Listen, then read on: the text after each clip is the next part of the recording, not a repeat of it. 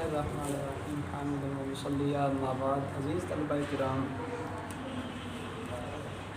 پچھلے سبق میں ہم نے اس میں تفصیل کا بیان مکمل پڑھا. ہدایت الناب کا یہ سبق ہمارا قسم ثانی فعل کے حوالے سے ہے. صاحب ہدایت الناب نے فرمایا القسم الثانی فی الفعل.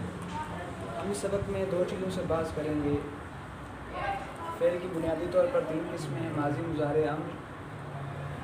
ماضی سے بحث ہوگی اور مضارع سے ہوگی. مصنف نے فرمایا وقد سبق تعریفہ واقسامہ ثلاثۃ ماض و مضارع و امر. فعل کی تعریف پہلے گزر چکی ہے. کلمہ کی جہاں تقسیم کی تھی وہاں تعریف بھی گزر گئی کہ فعل وہ کلمہ ہے جو اپنے ذاتی معنی پر دلالت کرے اور تین زمانوں میں سے کسی ایک زمانے کے ساتھ ملا ہوا ہو. اس کی تین قسمیں ہیں: ماضی، مضارع اور امر. الاول الماضی وهو فعل دل على زمان قبل زمان کا. پہلا ماضی ہے، اس کی تعریف بیان کی. ماضی وہ فعل ہے جو اس زمانے پر دلالت کرے جو آپ کے زمانے سے پہلے ہے، یعنی موجودہ زمانے سے پہلے زمانے میں. وهو مبنی على الفتح لم يكن معه ضمیر مرفوع متحرک ولا واو كضرب، ومع الضمیر المرفوع المتحرک على السکون کا ضربت ضربتی، وعلى الضم مع الواو كضربوا.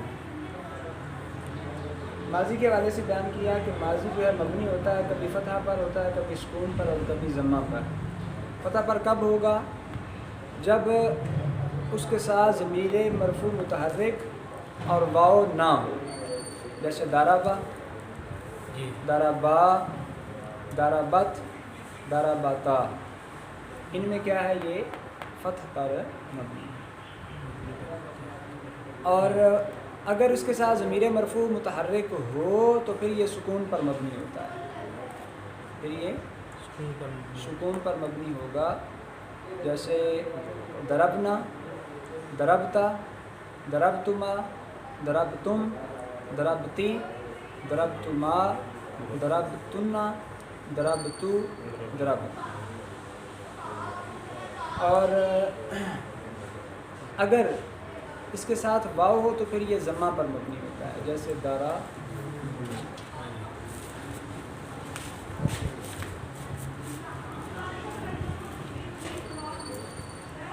ماضی کے حوالے سے تفصیل سامنے آئی، اس کی تعریف کی اور یہ بیان کیا کہ ماضی فتح پر کب مبنی ہوگا، سکون پر کب ہوگا اور ضمہ پر کب ہوگا.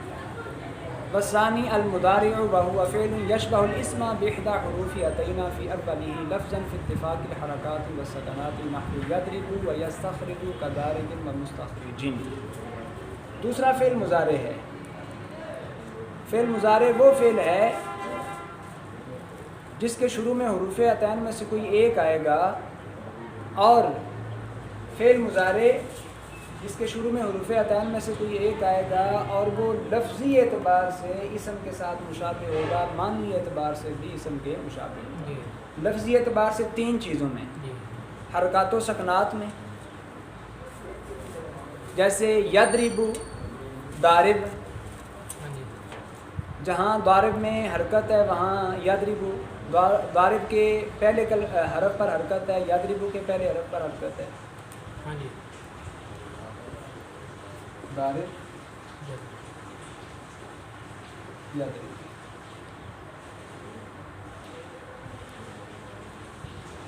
ادھر حرکت، ادھر بھی حرکت. سکون، سکون، حرکت، حرکت، حرکت، حرکت. تو حرکات و سکنات میں فعل مضارع اسم کے مشابہ ہیں. وفی دخول لام التاکید فی اولہما تقول ان زیدا لا یقوم کما تقول ان زیدا لقائم. اسی طرح دوسری چیز جس میں مشابہ ہے لام تاکید کے داخل ہونے میں. لام تاکید دونوں کے شروع میں آتا ہے، اسم کے شروع میں بھی، فعل مضارع کے شروع میں بھی. ان زیدا لا یقوم، یہاں لام تاکید فعل مضارع کے شروع میں آیا ہوا ہے. ان زیدا لقائم، یہاں لام تاکید اس میں فاعل کے شروع میں آیا ہوا ہے. وفی تساویہما فی عدد الحروف. اسی طرح فعل مضارع لفظی اعتبار سے اسم کے ساتھ حروف کی تعداد کے برابر ہونے میں بھی مشابہ ہوتا ہے کہ جتنے حروف اسم کے آتے ہیں اتنے ہی فعل کے آتے ہیں. جیسے یہی دارب اور یضرب، اس کے بھی 4 حرف ہیں، اس کے بھی 4 حرف ہیں۔ تو یہ ہو گئی لفظی اعتبار سے 3 طرح کی فعل مضارع کی اسم کے ساتھ مشابہت۔ وَمَعْنًا فِي أَنَّهُ مُشْتَرَكٌ بَيْنَ الْحَالِ وَالِاسْتِقْبَالِ كَاسْمِ الْفَاعِلِ۔ اب آتے ہیں فعل مضارع اسم کے ساتھ معنوی اعتبار سے مشابہ ہو۔ تو معنوی اعتبار سے مشابہت کیسے ہے کہ فعل مضارع حال اور استقبال کے زمانہ میں مشترک ہے، جس طرح اس میں فاعل ان دونوں میں مشترک ہوتا ہے، تو یہ معنوی مشابہت بھی پائی گئی۔ وَلِذَلِكَ سَمَّوْهُ مُضَارِعًا، اسی وجہ سے علماء نے اس کو مضارع کہا ہے، چونکہ اس میں لفظی اور معنوی دونوں اعتبار سے اسم کی مشابہت موجود ہے۔ آگے فرمایا وَالسِّينُ وَسَوْفَ تُخَصِّصُهُ بِالِاسْتِقْبَالِ نَحْوُ سَيَضْرِبُ وَسَوْفَ يَضْرِبُ۔ اگر فعل مضارع پر سین اور سوف آئیں تو یہ اس کو مستقبل کے ساتھ خاص کر دیتے ہیں، جیسے سَيَضْرِبُ سَوْفَ يَضْرِبُ۔ وَاللَّامُ الْمَفْتُوحَةُ بِالْحَالِ نَحْوُ لَا يَضْرِبُ، اور اگر اس کے شروع میں لام مفتوحہ ہے تو وہ اس کو حال کے ساتھ خاص کر دیتا ہے، جیسے لا يضرب۔ وحروف المضارعة مضمومة في الرباعي نحو يدحرج ويخرج لأن أصله يخرج، ومفتوحة فيما عداه كيضرب ويستخرج۔ اب حروف مضارع کے حوالے سے بیان کیا کہ اگر فعل رباعی ہو تو حروف مضارع مضموم ہوں گے، اور اگر فعل رباعی نہ ہو، غیر رباعی ہو، اس کے علاوہ ہو، تو پھر حروف مضارع کیا ہوں گے؟ مفتوح ہوں گے۔ رباعی کی مثال یدحرج، یخرج، اصل میں یخرج، اور باقی کی مثال یضرب، یستخرج وغیرہ۔ وَإِنَّمَا عَرَبُوهُ مَعَ أَنَّ أَصْلَ الْفِعْلِ الْبِنَاءُ لِمُضَارَعَتِهِ أَيْ لِمُشَابَهَةِ الْاسْمِ فِيمَا عَرَفْتَ۔ اب سوال یہ ہے کہ فعل مضارع کو مورب کیوں بنایا گیا؟ حالانکہ فعل کے اندر اصل تو یہ ہے کہ وہ مبنی ہوتا ہے، تو فعل مضارع کیوں مورب ہے؟ ماضی بھی مبنی ہے، امر حاضر بھی مبنی ہے، یہ کیوں مورب ہے؟ اس کی وجہ یہ بیان کی چونکہ یہ اسم کے مشابہ ہے۔ ابھی آپ نے اوپر جانا کہ یہ لفظی اعتبار سے بھی اسم کے مشابہ ہے، معنوی اعتبار سے بھی، اور وَأَصْلُ الْإِسْمِ الْإِعْرَابُ، اور اسم کے اندر اصل مورب ہونا ہے، تو اس کے ساتھ مشابہت کی وجہ سے فعل مضارع بھی کیا ہوا؟ مورب ہوا۔